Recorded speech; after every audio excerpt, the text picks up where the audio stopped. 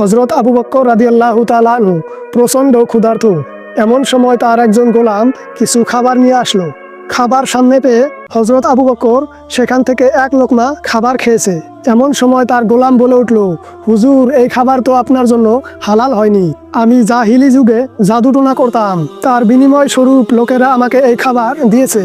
এই কথা শুনে হযরত আবু বকর পেরেশান হয়ে গেলেন। তিনি বমি করে খাবার বের করার চেষ্টা করলেন। তার চোখের কুটরি থেকে চোখ বের হওয়ার মতো উপক্রম হলো, কিন্তু বমি করতে পারলেন না, কারণ দীর্ঘ সময় ক্ষুধার্ত থাকার কারণে খাবার পাকস্থলীর একেবারে তলদেশে চলে গেছে। তার এই কষ্ট দেখে সবাই বমি না করার অনুরোধ করলো, কিন্তু হযরত আবু বকর বললেন, এর জন্য যদি আমার মৃত্যুও হয়ে যায় তারপরেও আমি এই খাবার পেট থেকে বের করে ছাড়বো। বিশ্বনবী বলেছেন, যার শরীর হারাম খাবার দিয়ে তৈরি তার শরীর জাহান্নামে যাবে। তার পরবর্তীতে তিনি পেট ভরে পানি পান করে সেই খাবার বমি করে বের করলো।